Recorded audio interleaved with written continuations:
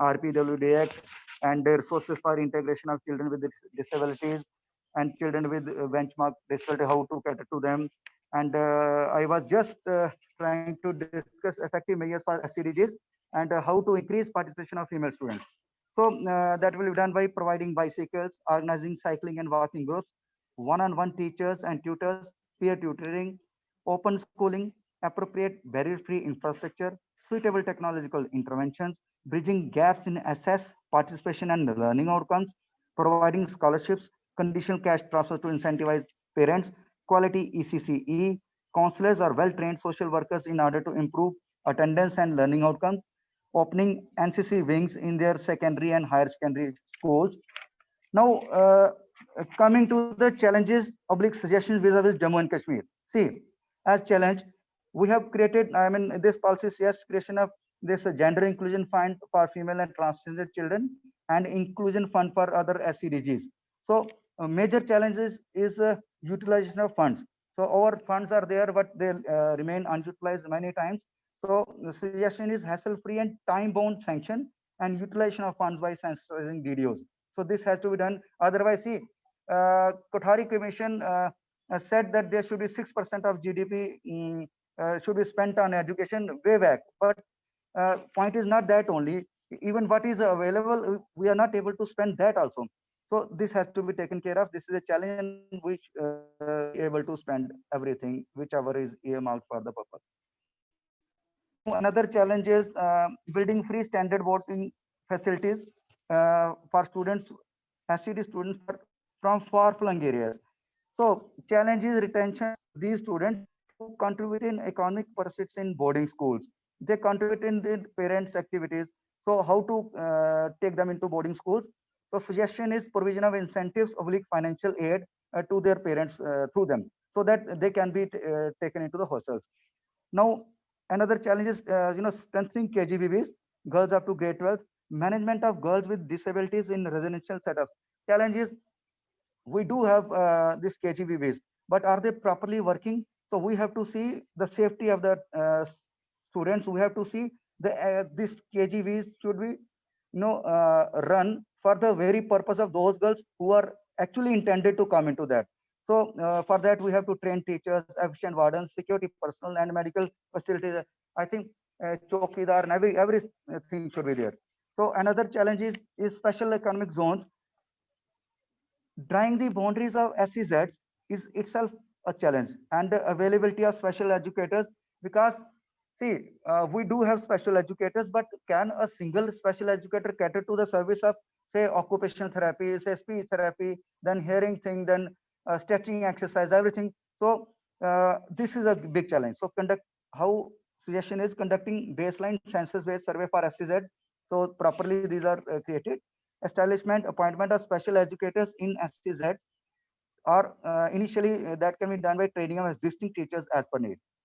Now, dropout rates of CWS in J&K. But this is a challenge. Curtailing dropout rates of CWS in J&K is a big challenge. In fact, this is a challenge throughout the country. And this can be done by early identification of CWSN and providing enabling environment. Actually, this is a actual problem. Sometimes we may certify children who is say having some problem with ASD, that is autism spectrum disorder, but we may term this boy as a dull, he is not studying, he is doing this and that. So this is a challenge to whom to categorize actually he is suffering from something or normal child. Or in another, many times we do one thing because of fault on part of teachers and say parents. If a student is not able to learn, we may wrongly categorize him or her as CWSN. So that is also a challenge, and we have to see these things are done properly. Challenges in a real inclusive classroom. These will be enabled to identify different categories of SCDGs, as I just discussed. Lack of oblique insufficiency of trained faculty. Breaking stereotypes. We have to break the stereotypes because people just discriminate with the people. I just want to share a bit story over here. There was this plane ride. A lady came, and when she was about to sit on the seat, she found that another man was sitting over there in the adjoining seat. He was physically handicapped, didn't have his limbs. So she complained, I don't want to sit over here, and I should be given another seat. There was no seat in the economy class. Uh, that airport authorities, what they did is they in fact changed the seat of that person with disability to business class, only because he was a savior of the country. He was an personal army officer who had lost his limbs in the safety of. So this is how we have to treat these CWSNs. Now, developing individualized lesson plans for SCDs, syllabus coverage, assessment disparities, this is a challenge. Dealing with parents of SCDs, ensuring their cooperation and collaboration, this is a challenge. Attitude and transform teacher is very much required of parents and other students also. Infrastructural barriers in accessible buildings, campuses, toilets, and others.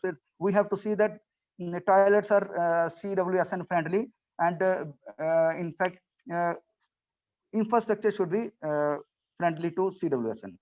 Classroom learning environment have to be there, and the time constraint has to be taken care of, because a teacher may much time in teaching CWS, and other students may feel otherwise. CST measures we have, breaking down attitudinal barriers, they has to be done. Cultivating positive attitude, beliefs, and mindsets. Active parental participation has to be there.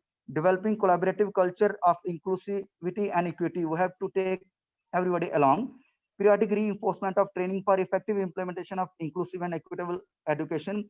Proper training is required, because another is proper implementation of single window system for availability of all scholarships, opportunities, and schemes to SCDs. See, this policy defines that we have to have a single window system, that there is no duplicacy, overlapping of the schemes. So challenge is whether we will be able to do this thing through a single window system. If we are able to do, I think this will be beauty of this national education policy in reaching the benefits. See, this is a ramp and staircase for inclusive education. In fact, this is a masterpiece of creative architecture, wherein liberal steps have been taken to design stairs around the ramp instead of other way around. So, as we can say, where there is a will, there is a way. So things can be done that way. Now, various initiatives done under inclusive education in J&K. Establishment of resource rooms. There are 72 resource rooms at present throughout the Jammu and Kashmir UT, excluding Ladakh, I am saying. So what does this actually have? We have therapy walls, we have stretching walls, we have physiographic equipment, uh, equipments there. We have braille stationery, we have braille readers over there. We have given them laptops. We have given them large lenses so that can be beneficial for visually impaired children. Distribution of fitment camps. About 6951 aids and appliances were distributed to the CWSN through this camp. Assessment cum measurement camps at zonal level, with the help of Artificial Limbs Manufacturing Corporation of India, through the all zones of erstwhile J&K, I mean 201 zones. So these were identified, and only then after this identification, these limbs were provided to them. Direct benefit transfer has been done in case of readers, escorts, and stipend to girls, like that. Workshop on development of IEP module, that is inclusive education module, that has been done in a joint workshop with Jammu University and MIER, wherein all 81 special educators were there. Celebration of World Disabled Day on 4th December 2019 was also done, involving all special educators. Parental counseling camps, oblique identification survey to sensitize parents has been done. Participation in Anjali Festival. This festival was done with for children with special needs, and this was held in November 18 at Odisha, and our teams from Jammu and Kashmir, they participated and bagged third position, as well as a special prize was bagged by them. So this is all under initiative. Another thing is in service training on Braille, 3 days to special educators was done. Then in service training on sign language. So 3-day sign language training was imparted to special educators at SRML Higher Secondary School with the help of experts from Mumbai. And training on therapeutic service, this has been done on occupational therapy, on speech therapy, on ASD, that is autism spectrum disorder. Then orientation of actuaries and educational administrators has been done. Community mobilization through radio. Through radio, through FM, innovative jingles were aired so that there is more participation of students in the school, and enrollment to our surprise, it increased because of these innovative jingles efforts through radio. Then Kano Dekhi movie for visually impaired children had been, was done in Jammu theaters. Dangal movie and Lage Raho Munna Bhai. This was a Kano Dekhi movie for students who couldn't see. And then interactive classrooms using IC intervention, videos in sign languages for hearing impaired have been shown this thing. So this is all about the initiative. Now coming to this last slide, before saying thanks, see I have shown here a quote by Albert Einstein. Why? Because Albert Einstein, though he was a very famous scientist, physicist, but he was himself a case of ASD, that is autism spectrum disease. And he said, education is not the learning of facts, but the training of the minds to think. Now, in the last, actually, I just want to thank everybody of my team comprising Tapasya Sharma, Rakhi Atri, Akash Chiria, Pooja Sharma, and Dr. Shweta Kohli. And my special thanks are due to, in fact, Dr. Anupam Ahuja, who had been very kind enough to grace this as chairperson. I have disturbed her a lot. Very, very thanks to you, ma'am. You came to this our webinar, and we are trying to do justice with the NEP. And my, in fact, heartiest gratitude to Professor Veena Pandita, ma'am, who has shown us the way, and so that we could work as a team. And we are trying to come to your expectations. And also to the panelists, worthy panelists, Dr. Mohit Sharma and Dr. Fidoz, and all other co-member teams. Thanks all. Thank you very much. Thank you so much, sir, for your in-depth insight on today's topic. Now it's time for question answer session. I would like to request my technical team to please unmute the participants who raise their hands for the question answer. Please, I request all the participants to raise their hands if they have any question regarding today's presentation and today's topic. Please raise your hands and also leave their question in chat box so that we will get the answer from the panel also. Shaista Shabnam ji, please go ahead with your question.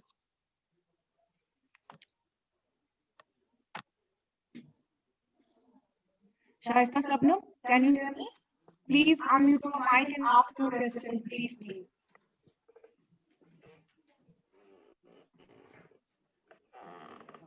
No, I think another one, sir.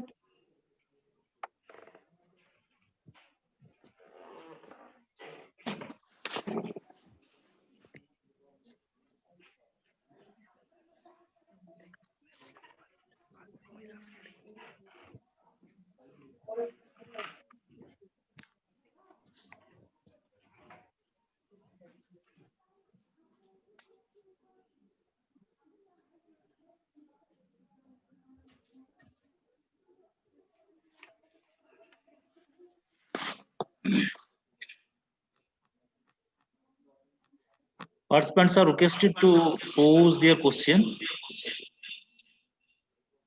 and unmute yourself, please.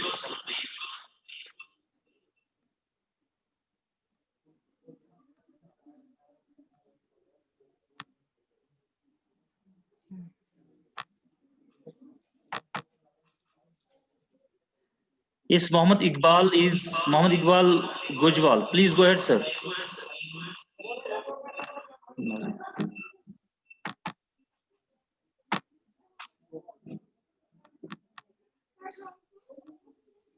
Assalamualaikum, sir. Walaikum, go ahead, please. Hello. Sir मैं थोड़ा सा basic touch करना चाहता हूँ. मैं एक school middle school गुजरपति बंड ये जून जुलाई में पढ़ता है, तो इसके एक टीचर हूँ सर मिडिल स्कूल का. तो आपने बहुत सारे चैलेंजेस को गिनवाया सुबह से, तो हमारे पास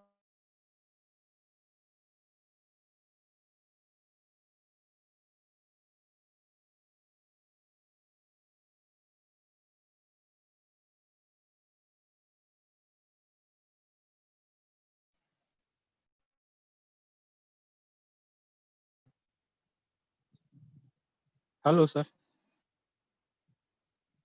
Question. Hello sir. Please ask your question, sir. You are audible. हाँ,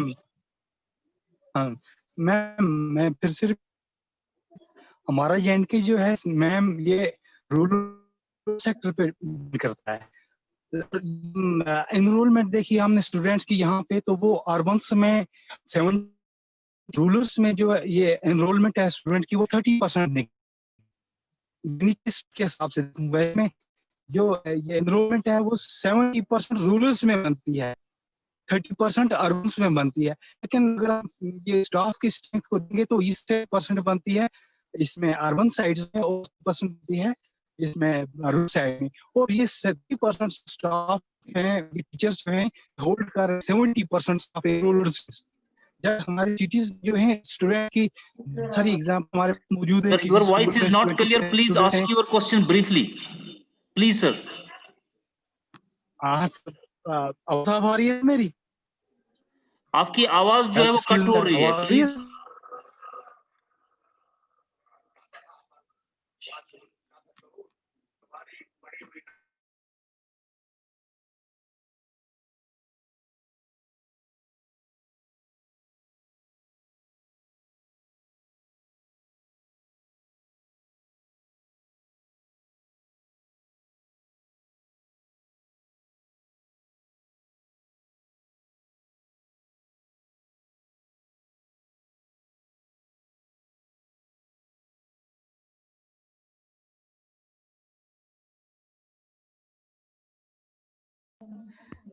I request all the participants to leave your questions in chat box.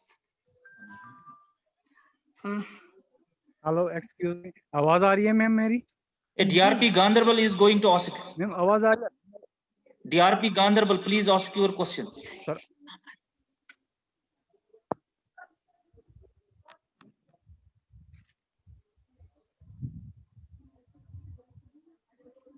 Sir, please ask your question if you are.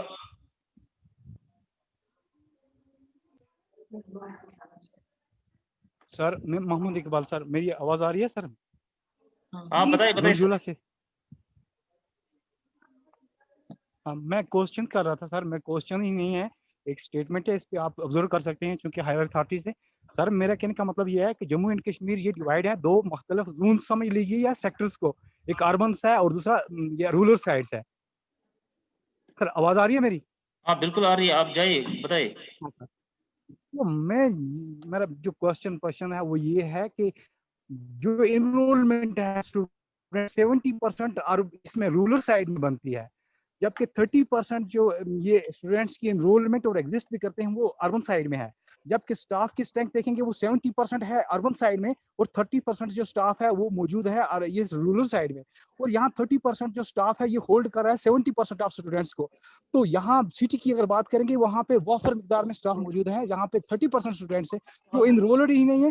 وہاں پہ جو بہت ساری examples ہمارے پاس ہیں, کوئی ایک اسکول ہے جیسے یہاں پہ 15-20 ٹیچرس ہیں, وہاں پہ 13 اسٹوڈنٹ موجود ہیں. تو ایسے بہت سارے اسکولس ہیں, کیوں نہ وہ اسٹاف جو ہے وہ کیا جائے اربن سائڈز میں. ہمارے یہاں پہ جو لوکل ایریا جو پہاڑی ایریا ہے یہاں پہ اسکول ہے اور ہوللی اینڈ سوللی جو اسٹوڈنٹ ڈیپینڈ کرتے ہیں, جو فیملیز ڈیپینڈ کرتی ہیں گورنمنٹ اسکولس کے اوپر ڈیپینڈ کرتی ہیں. اور سٹیز میں آلریڈی پرائیویٹ سیکٹر ہے وہاں پہ, اور وہاں پہ جو ٹیچرس ہیں وہ وہاں پہ دن بھر وافر مقدار میں ٹیچرس ہیں اور اسٹوڈنٹ ان کے پاس کم ہے. تو ایسے یہ بیسک ہمارے پاس یہ چیز موجود ہے, یہ ایفرٹس ہیں, تو اس کو ہم کیوں نہ انصاف جسٹس کریں اور ایکولائز کریں, اس کو یوز کریں, جس کی وجہ سے ہمارا موسٹلی طور پر ہمارا جموں اینڈ کشمیر جو یہ رورل ایریا میں اس میں بیکورڈ ایریا میں آتا ہے, پہاڑی ایریا میں آتا ہے, رورلس ہے, اربن نہیں ہے. اور جو ہماری whole and civil education depend کرتی ہے گورنمنٹ اسکولس کے اوپر ڈیپینڈ کرتی ہے. آواز میرا کوسچن اور یہ اسٹیٹمنٹ آپ نے سنی میم؟ میم آپ I think I have understood his صاف question. نہیں آ رہی ہے. Yeah, should I respond to this? Yes, Deepak sir, go ahead. Okay. I have got your question. In fact, this is about uneven distribution of our resources, that is teachers. So this is a problem. Right, sir. So this is a partially administrative problem, partially our problem. We are not ready to serve at our own areas. People were recruited from RB and ALC. They were supposed to serve there for 7 years. And who stopped them from serving over there? If a person who is selected from a particular region, he is not ready to serve, ready to cater to his own children of own locality, who else will come to? Do we suppose a person from Jammu to go to Madhwa or from Srinagar to go to Gurez? and a person from Grace who is selected from Grace, he just can't serve over there. He just want to serve in Srinagar or city. So this is problem lies with us. And yes, administrative problem is also there. Political will also requires to there. And as I already discussed in the policy, national level 30:1 PTR is there. We have in Jammu and Kashmir 14:1. So only thing is we have to rationalize the thing. So this rationalization has to be done, and we are going away from the topic. Sir, just a minute, sir, excuse me. Sir, just a minute, excuse me, sir. जब भी यही question पूछा जाता है कि ऐसा क्यों है, तो वहां से जो हमारे वाले हैं वो यही क्वेश्चन आंसर में रिस्पांस देते हैं कि हम एवरेज वहां पे 100 बच्चा है तो उसके एवरेज अगर 5 स्टाफ है तो 20 स्टूडेंट के ऊपर एक टीम रखा जाता है, तो वही को ये परसेंटेज निकालते हैं. सर आपकी आवाज अभी साइड्स के लिए क्यों नहीं निकालते हैं रेटिंग, तो हमारे यहाँ. Sir, your question is not properly audible. I think this is the administrative, more of administrative problem. I will be wasting much of the time of the presentation over here. I think we should come to next question, because our focus should be on this webinar only. Okay, sir. Thank you. गौर कीजिएगा. Thank you, sir. Thank you. Thank you, sir. I request all the participants, if they have any questions regarding this topic, please leave that in chat. Saeed Sajjad, go ahead, please. Saeed Sajjad Hussain. जी sir, करो बात इसको. अभी मिल क्यों करते हो? अभी problem यहाँ से काउंटर कर रहा है, पीछे से काउंटर कर रहा है.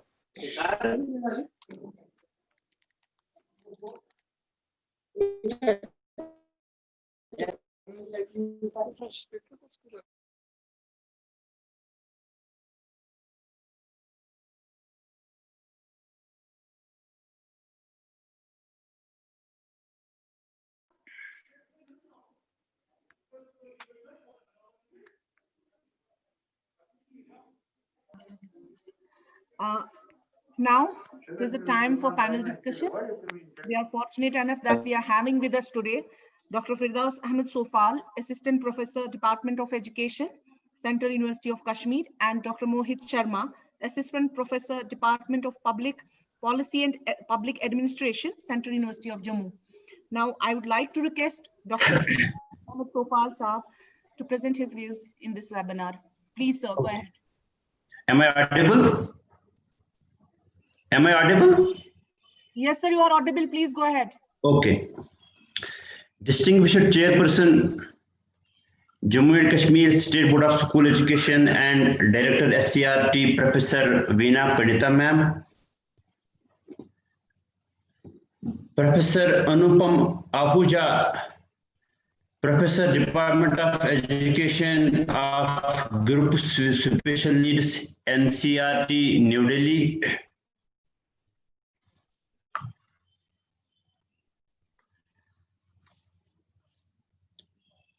my colleague Dr. Mohit Sharma, Assistant Professor, Department of Public Policy and Public Administration, Central University of Jammu, resource persons, rather experts from Team A and Team B,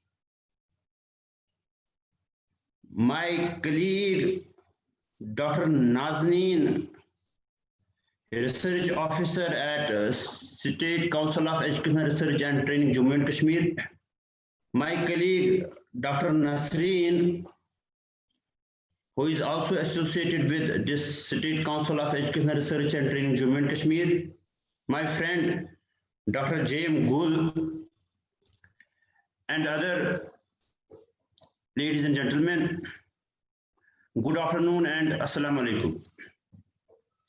At the outset, I would like to express my sincere gratitude to Director SCRT Jammu and Kashmir and her team for being responsive to the latest academic interventions, and as such has organized a series of webinars on new education policy, which is nowadays being tabled and discussed in the academic circles across the country. So by organizing these events, it gives a message to the academia of the state of Jammu and Kashmir that Jammu and Kashmir State Council of Educational Research and Training has taken a lead and has remained very responsive to the directions passed by the Ministry of Education, Government of India, wherein all the institutions of higher learning or school education have been directed to organize multiple type of such events so that an information, so that the academia can be illuminated with this policy document. Before I may go ahead, I would like to quote here Dr. Allama Iqbal, who beautifully says that तुझे किताब से मुमकिन नहीं फिराक कि तू साहिब किताब है मगर किताब खां नहीं है. You know, right from independence, we have heard, rather we have remained accessible to various policy documents, to various commission reports and other things. But because of one or the other reasons, because of our own ignorance, because of our own careless attitude, we hardly found time to peruse those important documents or reports or suggestions. Otherwise, those reports have a significant bearing so far our system of education is concerned. Government of India has realized that the academia, no doubt there are good number of professors, teachers, academic administrators who are responsive, who go by line to these documents. But at the same time, there are good number of teachers like me, there are good number of administrators, there are good number of planners who hardly bother to scan the pages of these documents or reports. Government of India, being responsive to these issues, have directed to the academia that we should come forward to compel the teachers, the administrators to scan this important document, which has a significant bearing not only on the present system of education, but this has a significant bearing on the future academic pursuits of the country. So far today's webinar is concerned, it is being discussed on this equitable and inclusive education structure of the state of Jammu and Kashmir in the light of the recommendations and suggestions envisaged in New Education Policy 2020. To begin with, my hats off. To begin with, I sincerely express my gratitude to both the teams, Team A and Team B, that is from Kashmir and from Jammu, who have beautifully made an attempt to post-mortem the current topic which they have identified. Policy. So far this policy document is concerned, of course, everybody now, so far this, the audience is concerned, everybody must be knowing that this policy document is based on 5 foundational pillars. It has 5 basic principles, that is access, equity, quality, affordability, and accountability. Here, our focus is on equitable and inclusive educational structure. When we say equitable educational structure, or when we speak equality in education, it connotes or it reflects, it gives us an idea that we have to create certain distinctive provisions for the various weaker sections of the society so that they can be, in a sense, motivated to join the educational machinery. And so in new educational policy, it has been nomenclatured as SEGs, socially and economically weaker sections or disadvantaged sections of the society. But equity is right. There should be provisions for these weaker sections of the society. And so far, the founding father of this creation of these provisions for weaker sections of the society, it is, everybody may be knowing that it is Dr. B.R. Ambedkar. And when at the time of independence, it was hardly 3 to 7% reservation was there at that moment of time. Now, presently, if we go to the reservation structure of the country or of the state of Jammu and Kashmir, earlier it was 50%. Now, recently, last year, Government of India has been kind enough to the weaker sections of the society, and now we have 60% reservations, whether it is in admissions or it is in appointments in different departments. So to this house, as a student in education, I believe that there is a need to restructure this reservation policy of the country, because we have talented minds, we have talented brains, fail to join the public or government sectors because of this, the ratios, because of this percentage kept for various disadvantaged sections of the society. There should be some sort of reservations, but it should not be, it is a debatable argument. It should not be to the amount of 60%. So there is a need to restructure, to redesign the reservation policy of the country. This is one. Second is the inclusive structure. When we say inclusive structure, we witness in our government and in our private schools, as both the groups, experts from both the groups so far the presentations are concerned, they have shown, they have pointed out that there are some schools in the state where we find that those academic institutions are disabled friendly, but the number is very less. At the same time, there are significant percentage of schools in the state where we found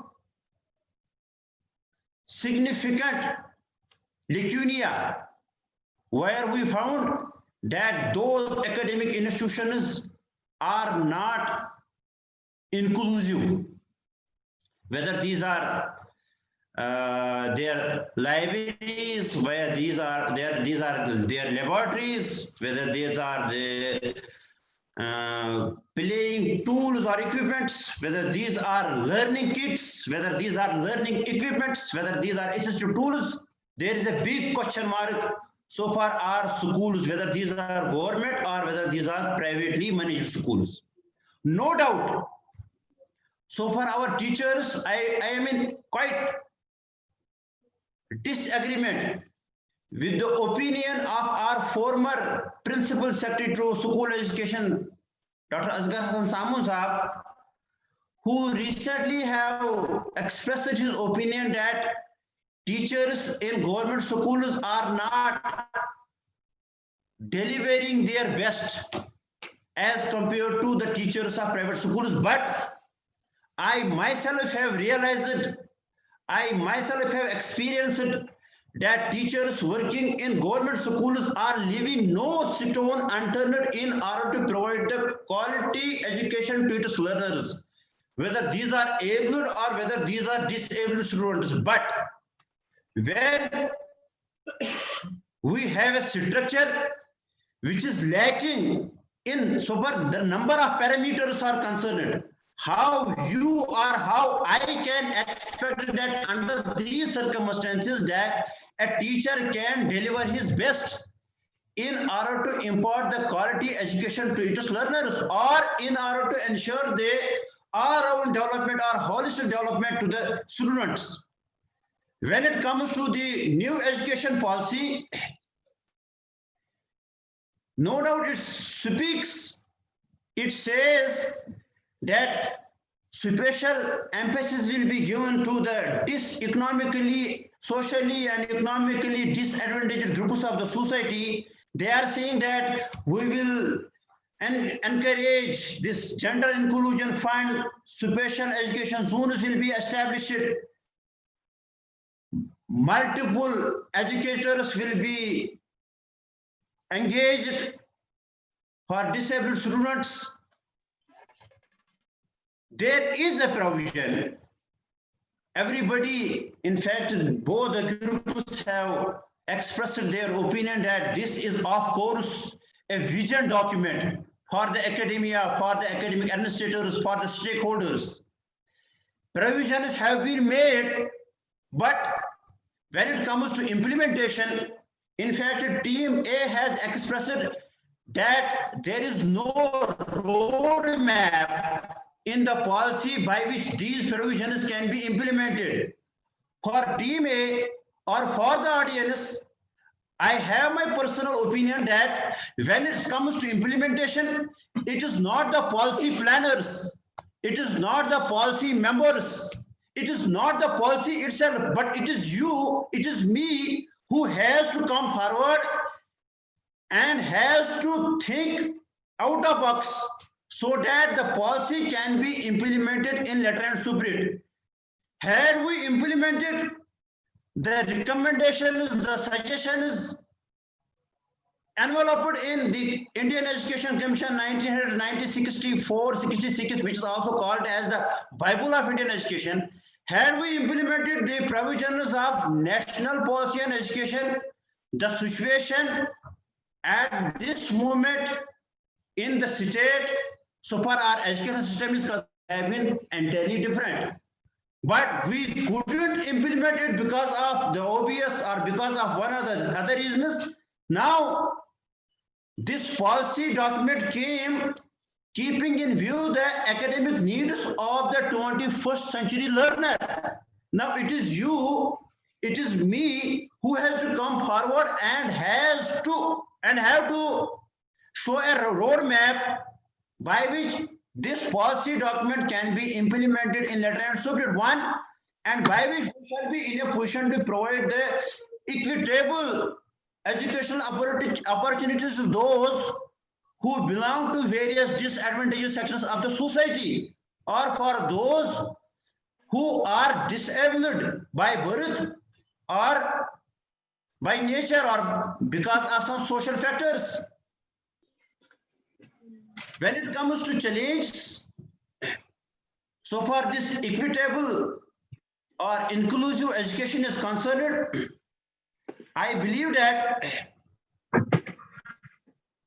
we are lacking significantly in planning, leadership, and management. There are a number of reasons. First of all, I will focus on this. For this, I would like to quote our former president, Dr. APJ Kalam, who beautifully says that a leader, whether he is a school headmaster, whether he is a principal of any higher secondary, whether he is a zonal education officer, whether he is a chief education officer, whether he is RT, whether he is Minister of Education, Dr. Kalam says a leader is the one who knows the way, who shows the way, and who gives the way. When it comes to our school headmasters, when it comes to our school principals, we have funds or we don't have funds. There can be two situations. But do you agree with me that there are good number of academic administrators who say, if we may spend this amount of time, tomorrow we will be audited and we may face good number of consequences when it comes to our retirement. And if we are sincere and we have funds. What is the issue if we will utilize them? So we have academic leaders who are very effective, but their number is very less. When we do not know the policy perspectives, how we can show or how we can create? First of all is that there is a need right now. If we want to implement this policy document in letter and spirit, we need to orient, we need to sensitize our academic administrators at grassroots level.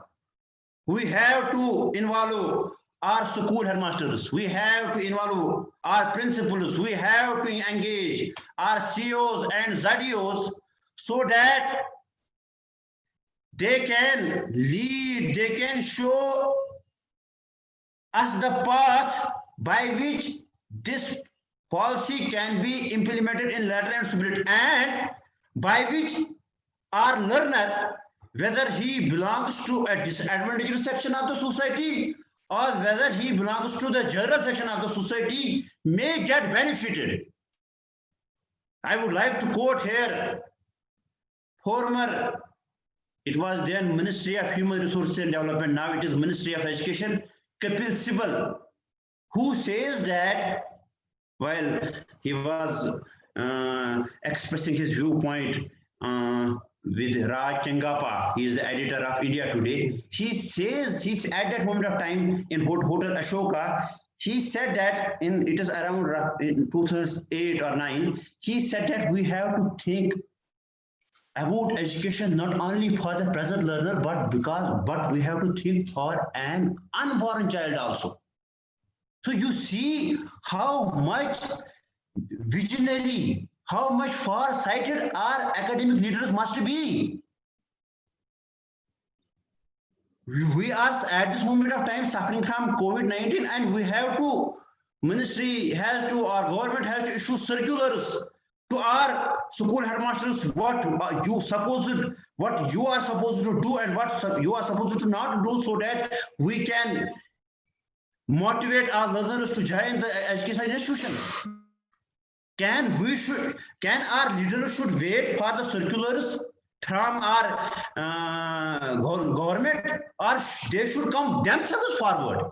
Yes, they are not so much, they are not taking pains themselves. Why? Because they don't have so much orientation.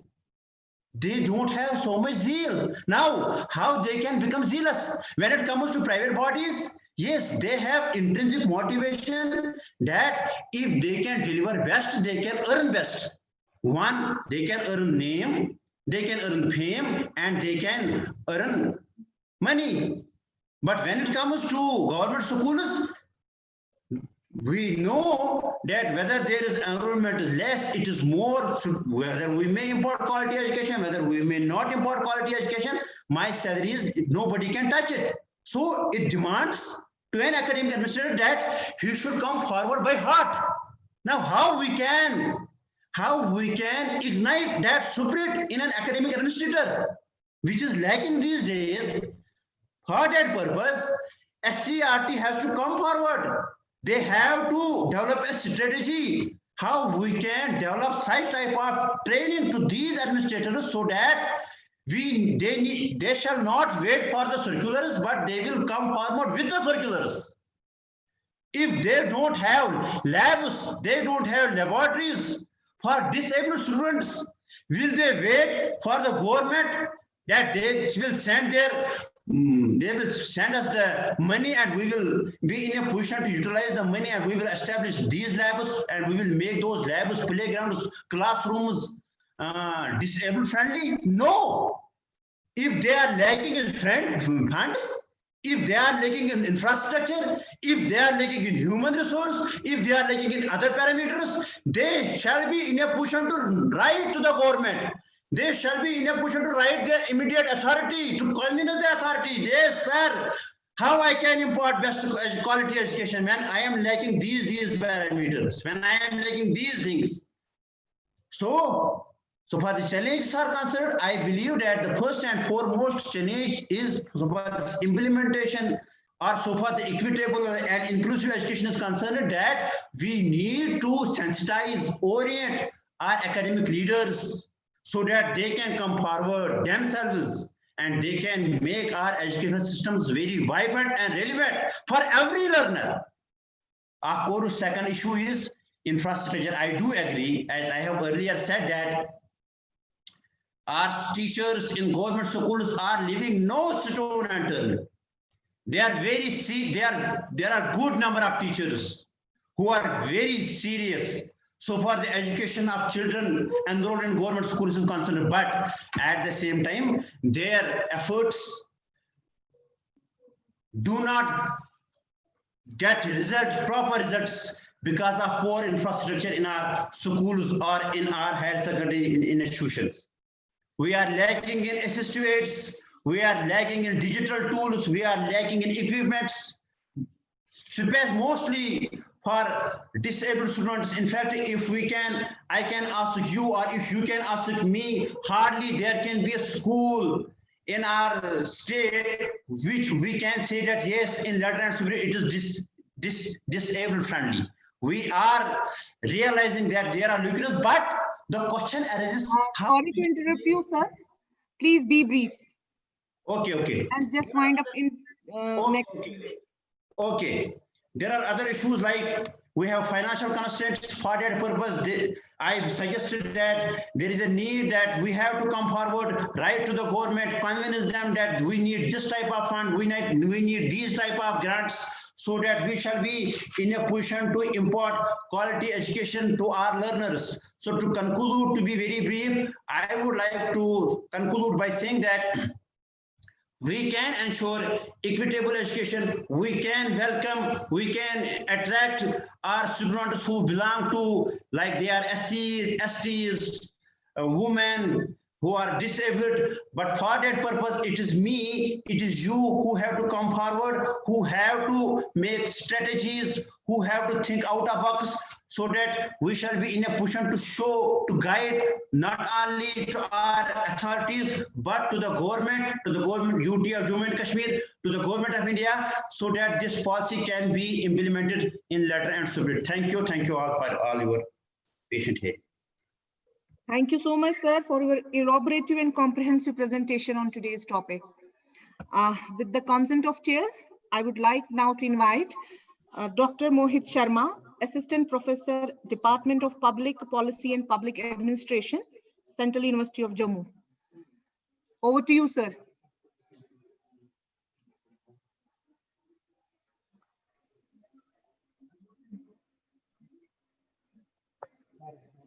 Sir, please unmute your mic.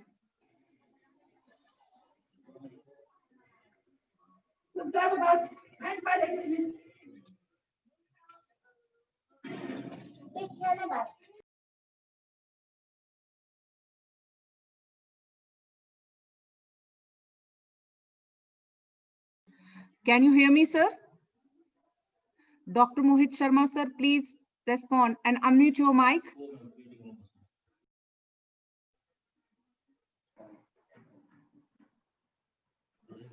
Sir, please go ahead. Unmute your mic and go ahead. Am I audible? Yes, sir, you are audible. Please go ahead. Extremely sorry. My apologies. I have a very unstable connection over here. I regret honestly, and I'm very sorry. Like none of my fault, but please kindly excuse me. With the permission of the chair, Professor Ahuja, Professor Pandita, Professor Firdaus, and the panelists, and the participants, Team A and Team B, I had this. I was able to hear Dr. Naseem, but I was not able to connect when Dr. Khajuria from Team B was talking. I'm extremely sorry. My apologies. So the idea was to talk about, from the policy context, about equitable and inclusive education. But I was there when Professor Firdaus was talking about, and I had I could understand that virtually everything was addressed, and a little bit when I was listening to Nasreen, virtually everything was done. So my job is like reduced, but still I have certain points I prepared, and from the policy perspective, like as it's a bread and butter for me from policy school. So we keep on analyzing things, and fortunately, I have in last this pandemic time. Pandemic is unfortunate, nevertheless. Can I get a feedback? Am I able to like audible? Am I audible? Anyone? Yes, sir, you are audible. Audible, sir. audible. Just a feedback probably, because I have very poor connection. My video will go off. So coming back to the point, we're talking about this equitable and inclusiveness about an education, and in context to the new education policy. It has been the policy document has been very magnificent, I tell you, in my opinion.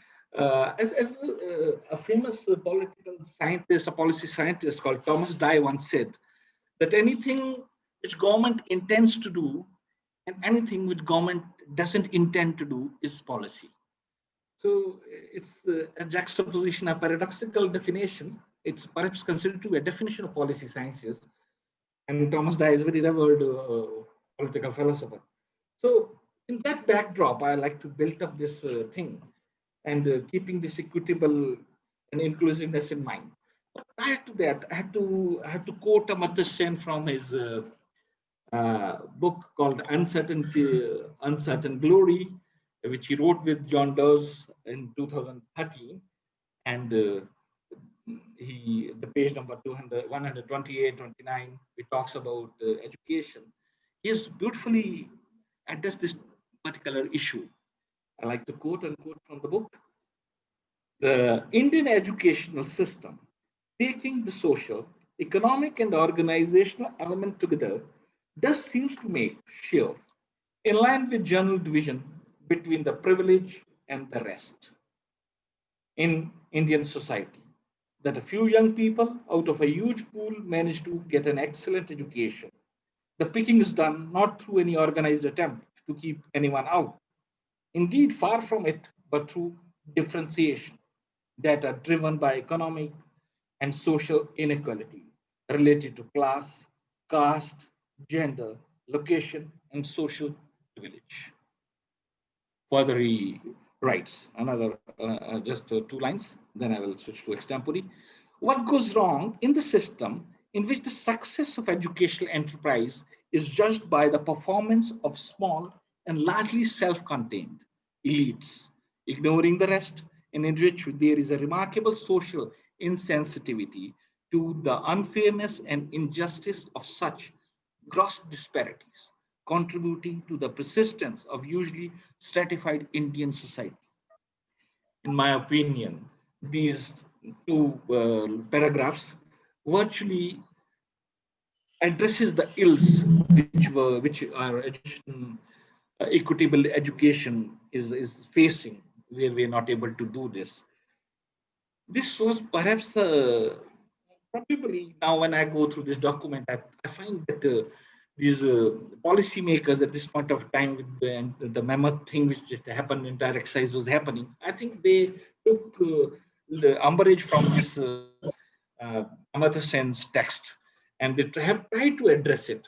Though all venerable people in this fora has already spoken about it in the different shades, but if we analyze this particular document, policy document of 2020, especially the 6 and 14 part of it, it categorically is addressing these problems, how they have to be addressed. We have to understand that we are stratified, we live in a caste, class, geographical locations, gender disparity, but the document is addressing somehow. Now, the problem, well, as a policy science student, I very often say that the document is always very effective, very impressive. Obviously made up in those air-conditioned Lotians Delhi. But when it comes to the percolation of it, when implementation of it, there is a huge gap, which probably need to be addressed. And I think this document somehow is solving the purpose. It's very fashionable to criticize the policy document of the government from the political angle, but as academic, we need to see it from a holistic perspective. And in underdeveloped countries like India, when we are still struggling with this, and the rate of GDP, which has already gone almost 24% down this year, and all that kind of things which have come up, we have to see how this document will be addressing it. So it is talking about that education is an important tool for achieving the social justice. It is stating it. The entire philosophy of this is there when they talk about the social justice and equality is a cornerstone of this document. Then they further go to individual level with talking about critically achieving the individual's aspiration. So it is addressing this. I'm just what my take on this thing is. Then it is that all the discriminations need to be addressed, whether it is due to birth, due to background, due to gender. And for the gender, they're talking about including the transgender. So now that is a real awakening in this context, that the transgender who have been castigated for a millennium in this society, they are being it's perhaps a postmodern approach in my perspective, that from the periphery we are trying to bring them to the core. So that is perhaps a silver lining where they address the gender and social gaps. So obvious. Then the major thing which they have addressed is about urban and rural divide, which we say India and Bharat, and they are trying to address this. So low income household, vulnerable children's. So as a policy document, it is addressing these, and they talk about this social economic disadvantage group. Acronym SEDG has been used, and it has been analyzed while making this document, that overall decline in enrollment SEDG has been rampant. So from within the school, within the school education to the higher education, there has been sizable reduction of these people, whether they are from lower caste or scheduled caste, whether they are tribals, whether they are female or transgenders. So special mechanism is needed. It is ensuring, and these children belonging to tribal communities receive the benefit of these interventions. So they're trying to make some interventions. They're trying to say, see, since one which lacuna which Indian education system has, we are a federation, and since it is part of the concurrent list, it becomes a bit difficult at a central level. But then it is also a plus for our federal structure. So there is argument and counter argument for this, but the government is trying to talk about this thing when they are intervention to promote underrepresented in school and higher education. Intervention mechanism they're talking about. They're talking about some opportunities to Divyangs. So that was the word Divyang which catches the eyeball, when it is written in this document in italics, and it talks about how they had to be rehabilitated, how they have to be brought into the mainstream. See, my take on this, that my opinion, this is quite, this document is essentially a post-structuralist, postmodern in nature. Irrespective, keeping it conventional sense, the soul is there, and it is addressing those issues which has been swept under the carpet for a long. So it talks about that something will constitute gender inclusive fund. So that inclusive fund, that gender inclusion fund, I think that will be that will open up a huge vista of opportunities if again, if is because I have to add that I know what happened at the implementation level. If it happens, it is this fund will be a great boon, great asset for women education in India. So obviously they have specified providing cycles, having restroom facilities in schools. So they're talking about right of person with disabilities in contest to Divyang, and they're talking about special educators and with cross disability training, which Professor Ross was also talking about. So mechanism to tailored which to suit their needs. So these essentially, when we talk or when we take this document holistically, it is addressing what was raised by Nasreen, whom I could hear. So I have a hope right now. I don't know why I have a hope. I want, as a teacher, we have to be optimist, I think, and that's what my take on this is. So the benchmark disabilities, with the regular schooling, with special schooling thing coming up in the document. I think it is a silver lining. So I have a huge hope from this document rather than obvious. These webinars are as brainstormed entire nation. There huge plethora of things are coming up and experts talking about it. I think there is all possibilities to implement it in the right earnest. There is a huge silver lining. Uh, with this is, I conclude again from this Amartya Sen's text again that it is in that structural perspective, combining consideration of efficiency and equity, that we can best understand how and how much the country loses through its extraordinary concentration on some, while neglecting the vast majority of Indians, hampered by economic disadvantage, caste division, class barriers, gender inequalities, and gap related to ethnicity and community. With this, I sum up because major things have been virtually said. I think I may be visible at this point of time. So it was perhaps a pleasure to be part of this. Wish I could have been participated in a regular manner, in regular fashion because of internet problem. Thank you, everybody. Thank you. So nice of you. Thank you so much, sir.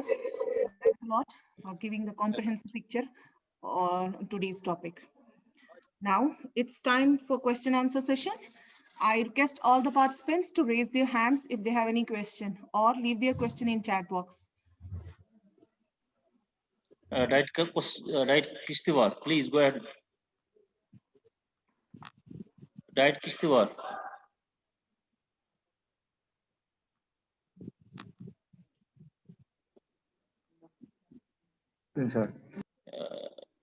Dr. J.N. Balia, please, sir. Yeah. Good afternoon, everyone. I'm Jain Balia from Central University of Jammu. I was listening, though I was not invited, but I keep on listening. I was listening every participant group and the two experts, Dr. Firdaus and Dr. Mohit. I have two observations to make in brief. One thing we are talking about this sixth webinar and sixth theme of this policy, that is equitable and inclusive education learning for all. Dr. Firdaus, he just said that the government teachers don't leave any stone unturned. That's correct way, I think. And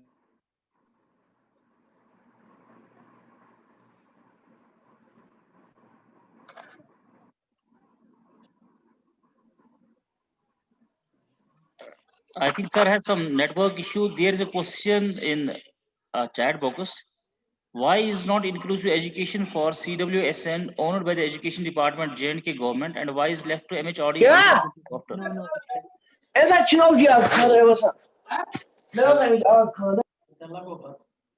Now, another observation that's very, very important is that as far as the roadmap is concerned, since this is one thing we have to understand, this is a national policy in education, and a country like India, when we have too much of disparities in terms of geographical, language, religions, and regions, and many other in the intellectual abilities disparities are there. So I think we have to go for the local roadmaps, the roadmaps which are localized in context of the situation specific. And there, I think SCRT doing good job. We are having brainstorming session. And I think I see a ray of hope for implementation of this policy. And I believe that people have to work hard and see that, as Dr. Mohit, an expert from policy department of our Central University of Jammu, he was referring that it's a modern policy. And of course, we have to go ahead with the involvement of all stakeholders, even the parents, even the community. Every person needs to be involved in terms of achieving that inclusive education, equitable education, because this is what sustainable development goal number 4, actually this policy is basically structured upon, and the theme of the SDG 4 has been taken care of. So I believe that not only teachers, the institutional heads, and the policymakers, the media, the parents, the teachers, everybody need to work and see that where are the gaps, where are the situations which could be improvised. I think we can go ahead. That's my observations, that we have to go ahead and go for more and more interaction. The end of these 8 webinars by SCRT should be just the beginning of great efforts by Madam Veena Pandita and whole team of SCRT. We have to think that this is the beginning, and we have to build up the roadmap. Thank you. Thank you, Dr. Firdaus. Well said. Your positive discussion. Thank you. I thought that you said very correctly that we have to go ahead with the kind of positive approach. Thank you, sir. Thank you. Thank you so much, sir. Thanks. And it's our pleasure that you are participating in our webinar. Thanks a lot. Thanks a lot for your encouragement and accreditation.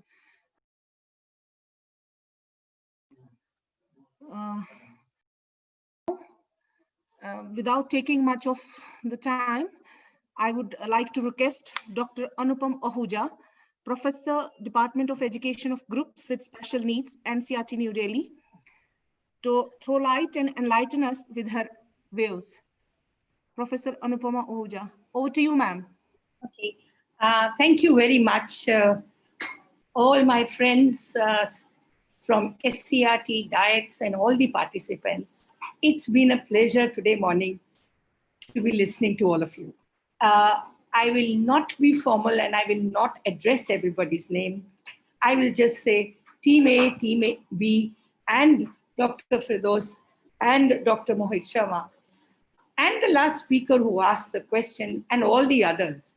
I think the fact that you have chosen this theme itself speaks for what you all have said.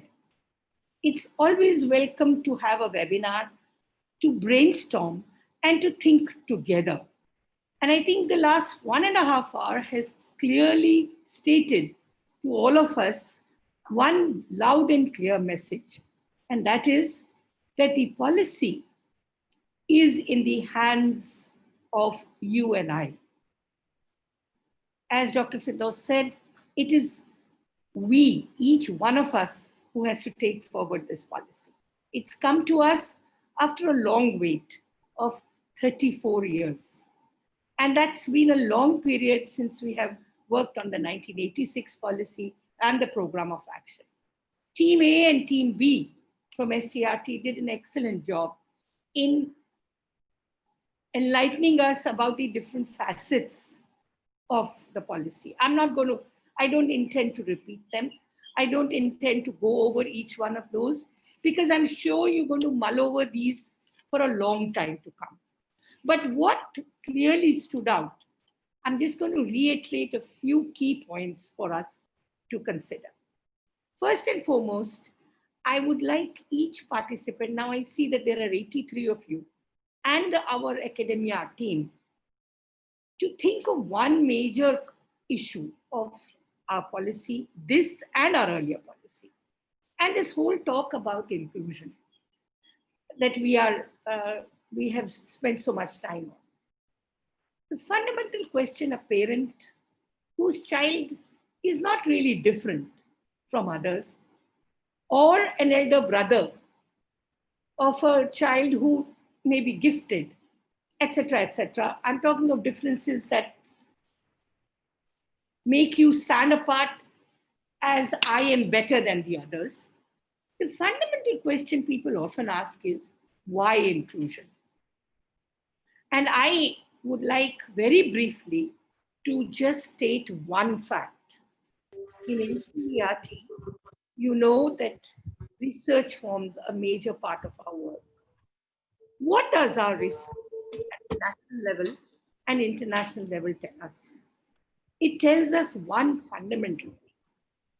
And that's something that we should never lose sight of. It tells us when children with differences study together, all children gain. I repeat, when children with differences study together in a classroom under one roof, all this is the fundamental truth. That is not mine, that's not yours, that's what research is indicating.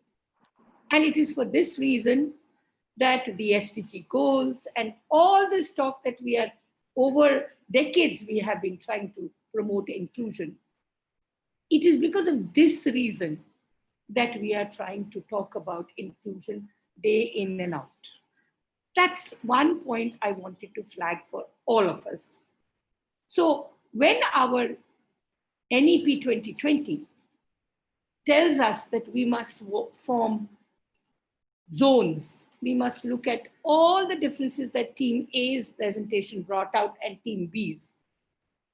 We are talking about addressing the needs of every child in our classroom with equity.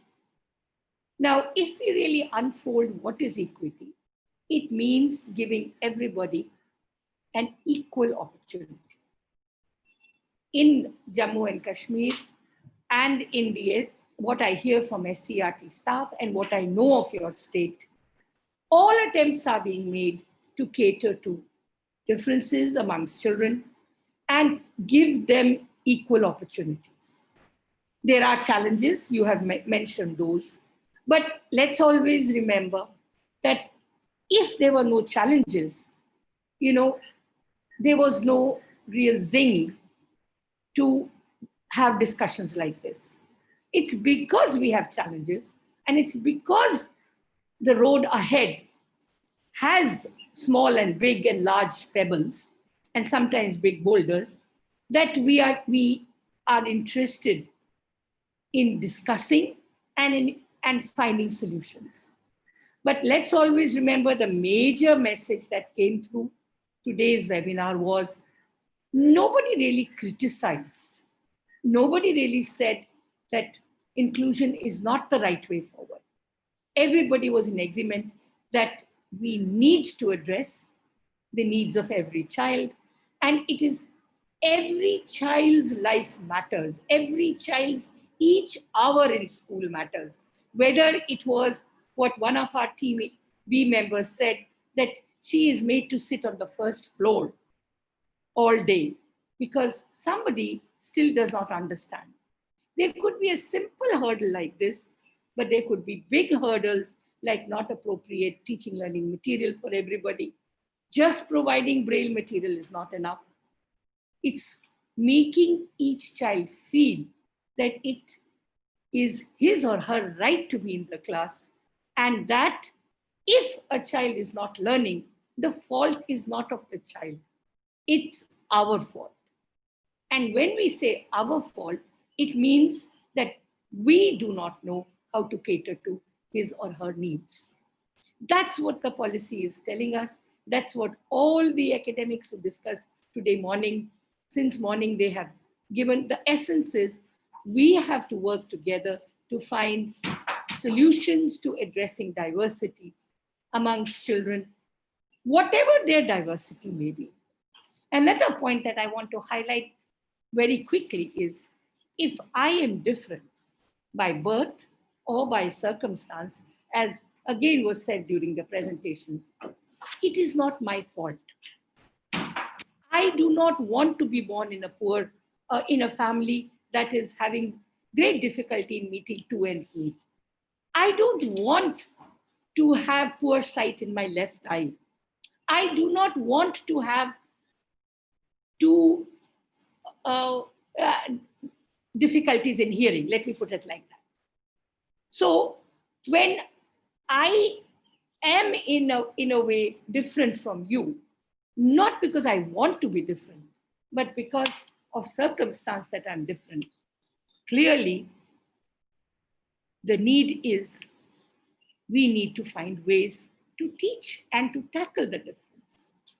And also, I again repeat, when I tackle these differences as a teacher educator, as a parent, as a community member, I learn to be a better teacher educator, a better community member, and etc. etc.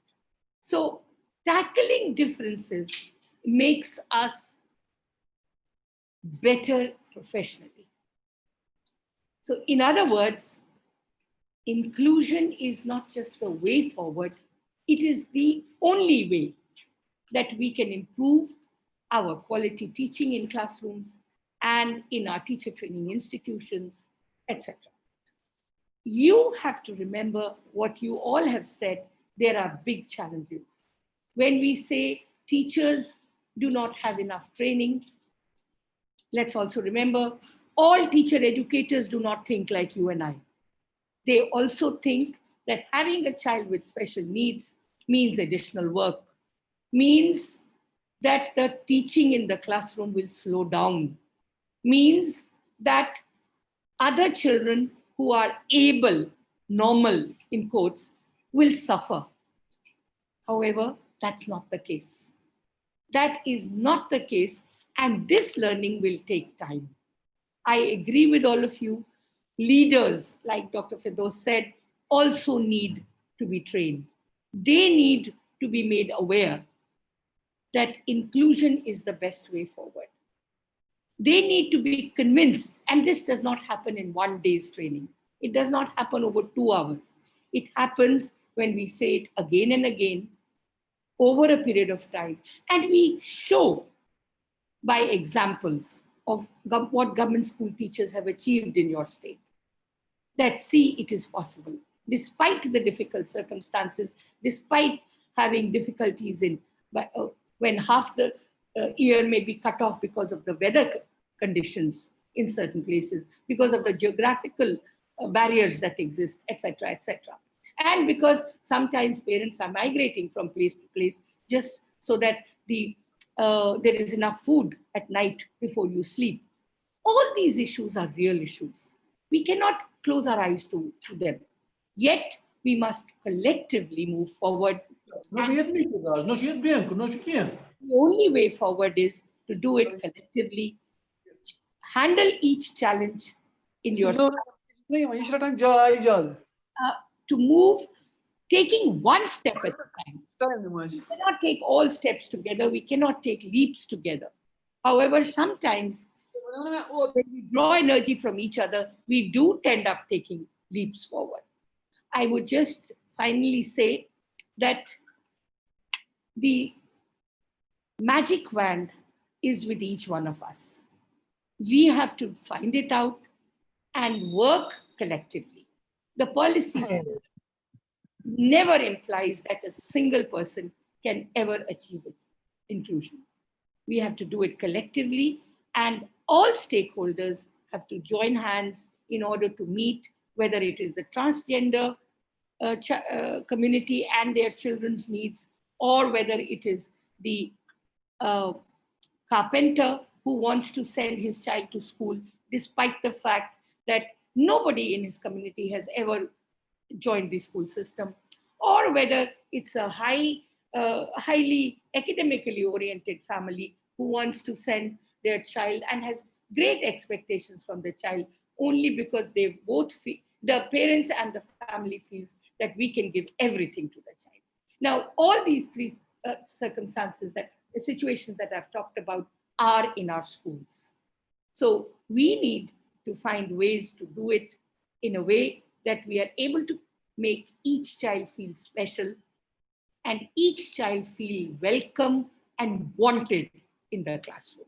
The moment we do that, dropouts will decrease, myths and social discrimination will be a thing of the past, governance and management will improve, attitudes will gradually improve, children who are gifted will also feel part of the class, KGBV's issues that you talked about will be handled, you will be able to handle bit by bit the infrastructural needs, and you will slowly also be able to build academic leaders, planning and management issues, etc., will also be addressed. I once again congratulate the SCRT for organizing this excellent webinar, and I'm really happy to have been part of this and we have listened to each one of you. Thank you very much. Thank you so much, ma'am. Thanks a lot for enlightening us with your views, and thanks for your appreciation and encouragement. Now, I would like to invite Mr. Pradeep Singh Gloria, SCRT Jammu Division, to present the summary of the today's proceedings. Over to you, sir.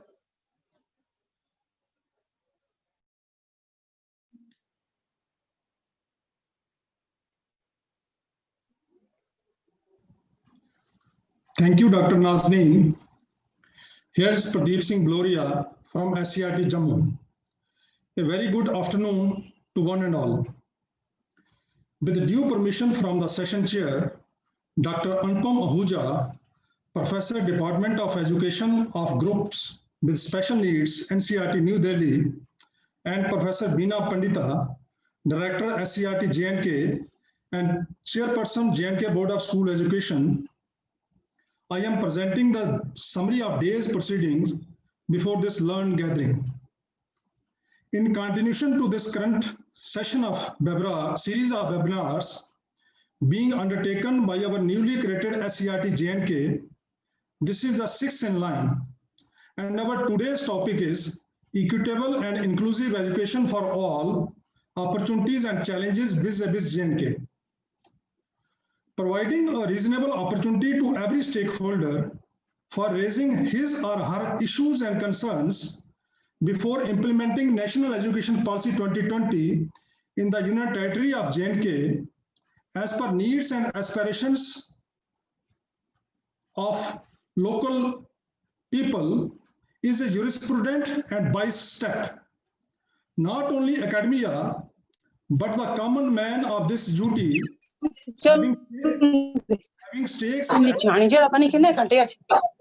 developing a unique relationship with policy and proudly taking it as their own.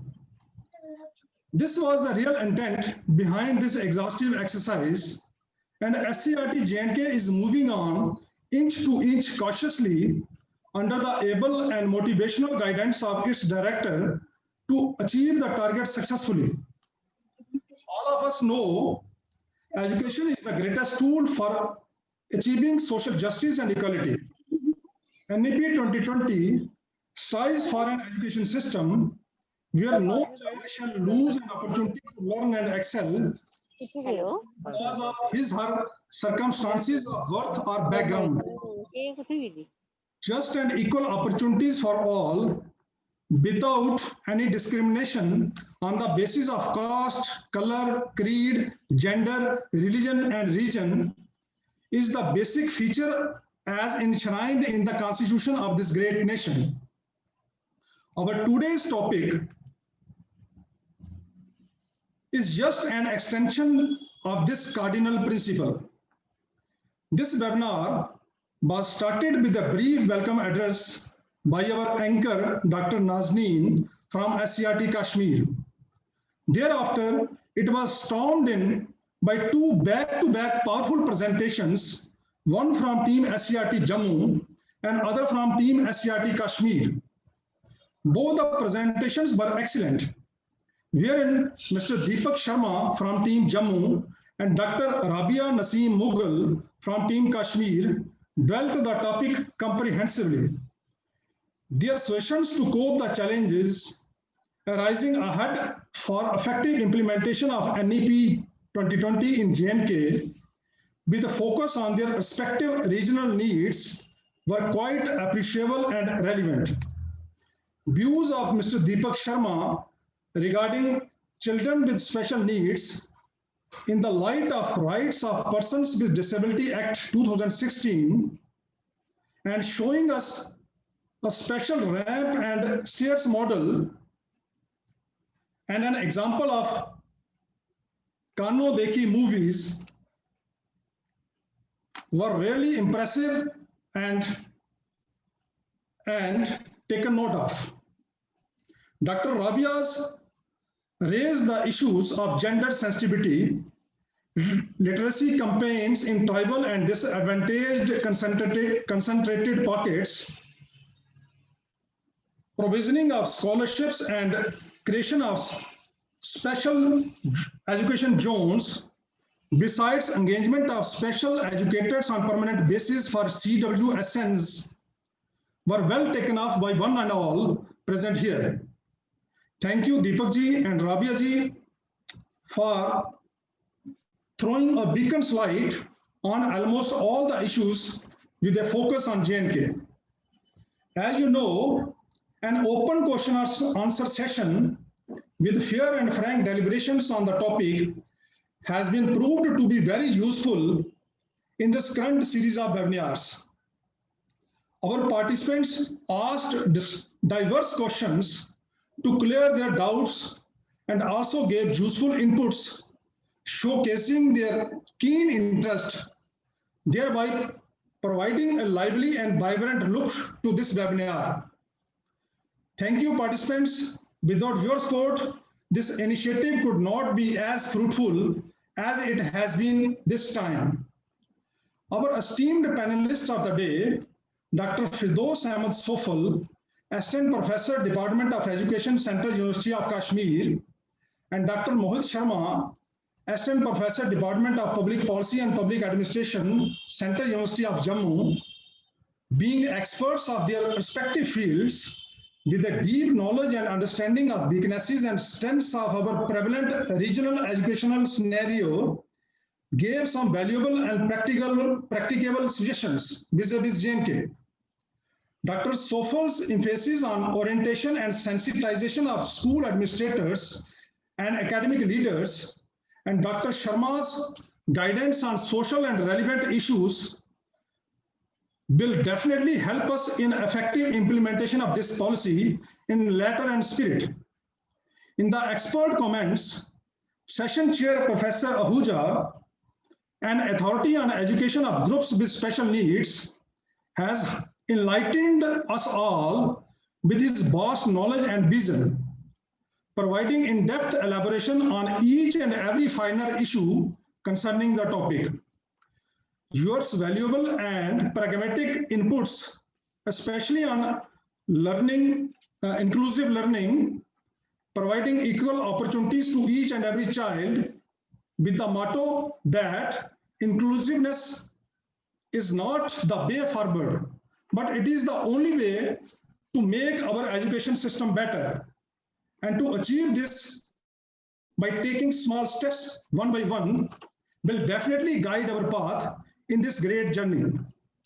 Being so kind and helpful to us by sparing your valuable time, despite so many urgent and important engagements at NCERT, shows your purpose and grit to the cause. Thank you, ma'am, for your we are indebted to you and NCERT for always being there for us.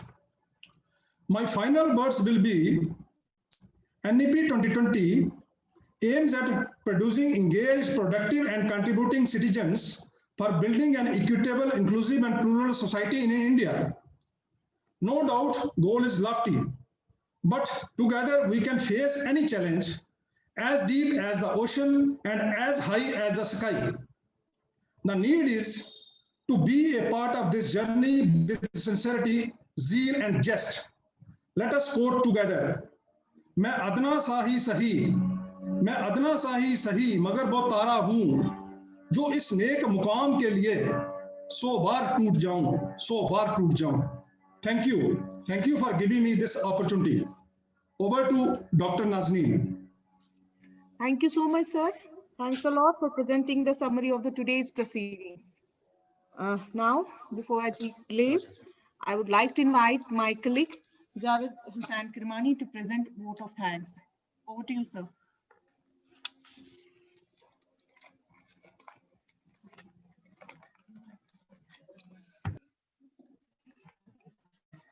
I am Javed Kirmani from SCRT Kashmir. Inclusive and equitable education provides every citizen the opportunity to dream, thrive, and excel. It aims that no child loses any opportunity to learn and excel because of circumstances of birth or background. Our experts and participants today highlighted the challenges and importance of the inclusive and equitable education and its implementation on ground. We are highly thankful to our all experts, our panelists, including chairperson and our organizers of the day. हम इंतहाई मशकूर हैं doctor अनुपम आहूजा साहिबा का, जो professor हैं, head of department education of groups with special needs NCERT new Delhi, जिन्होंने आज के सेशन की सदारत की और हमें अपने ज़री ख्यालात से नवाजा. हम मशकूर हैं प्रोफेसर वीना पणिता साहिबा, जो डायरेक्टर हैं एससीईआरटी J&K, जिन्होंने नेशनल एजुकेशन पॉलिसी में दिलचस्पी लेते हुए एक प्रोग्रामों का सिलसिला शुरू किया है और खुद भी इसमें शरीक रही. हम मशकूर हैं आज के दो पैनलिस्ट्स के, जिनमें doctor Firdous Ahmad Sofal, assistant professor education department central university Kashmir, और doctor Mohit Sharma, assistant professor department of public policy and public administration central university Jammu. इन दोनों हजरात ने हमें आज के मौजू के हवाले से अपने ख्यालात से नवाजा. शुक्रिया के हकदार हैं आज की दो टीमें, जिनमें एक टीम जम्मू से जिन्होंने दीपक शर्मा की क़यादत में, और दूसरी टीम कश्मीर से डॉक्टर राबिया नसीम मुगल की क़यादत में बेहतरीन प्रेजेंटेशंस हमारे सामने रखी. हम इंतहाई मशकूर हैं प्रदीप सिंह बलोरिया साहिब के, जिन्होंने आज के सेशन की कार्रवाई को कलमबंद किया और अहसन तरीके से हम तक पहुंचाया.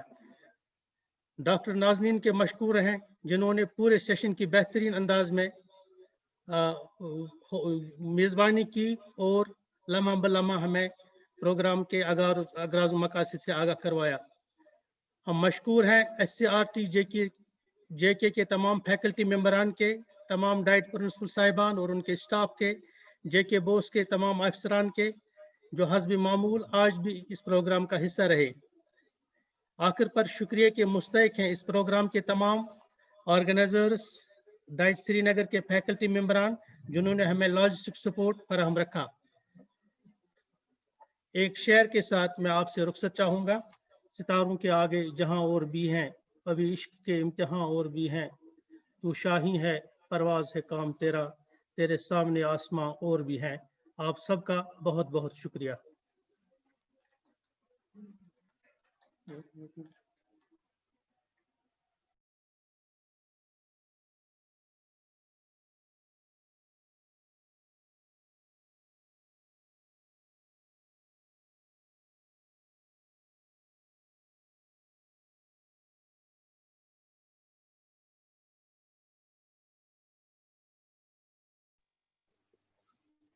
Thanks a lot.